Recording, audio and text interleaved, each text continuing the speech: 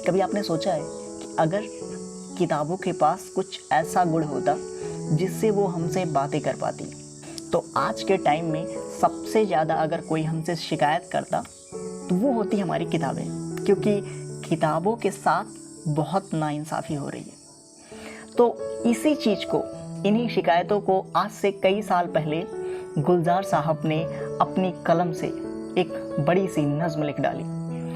तो चलो आज उसी नज़्म को पढ़ते हैं और जानते हैं कि किताबें हमसे क्या क्या शिकायतें करना चाहती हैं।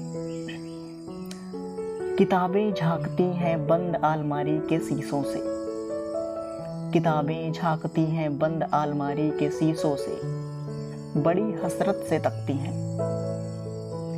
महीनों अब मुलाकातें नहीं होती, जो शामें उनकी सोहबत में कटा करती थी, जो शामें उनकी सोहबत में कटा करती थी, अब अक्सर गुजर जाती है कंप्यूटर के पर्दों पर।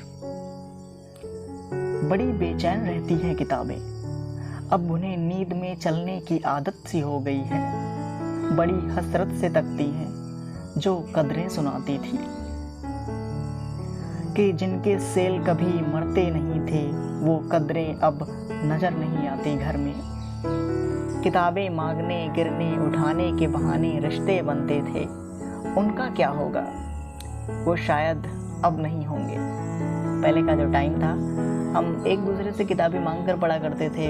एक बहाना भी होता था कि आप अपनी किताब दे दो, या हम किसी से अगर बात करना चाहते थे तो एक बहाना ढूंढते थे कि ठीक है मैं इनसे इनकी किताब ले लेता हूँ, इसी बहाने इनसे कुछ बातचीत हो जाए। तो ऐसी बहुत सारी चीज़ें थी।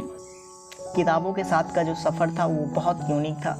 शायद वो चीज़ अब दोबारा वापस ना आए, कभी ना आए, क्योंकि डिजिटलाइजेशन इतना ज़्यादा बढ़ गया है कि किताबों पर अब लौट कर आना बहुत मुश्किल है। लेकिन बहुत ही अलग एक्सपीरियंस होता था किताबों के साथ रहना, उनको किताबों को अच्छे से सजा के रखना, उनको पढ़ना।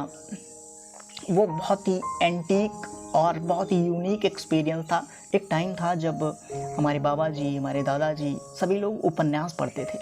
मुझे आज भी याद है, मैं 4th या 5th क्लास में रहा हूँगा, मैं उनके उपन्यास को लेकर के दोपहर में 2-2 3-3 घंटे पढ़ा करता था। तो वो अलग ही एक्सपीरियंस होता था।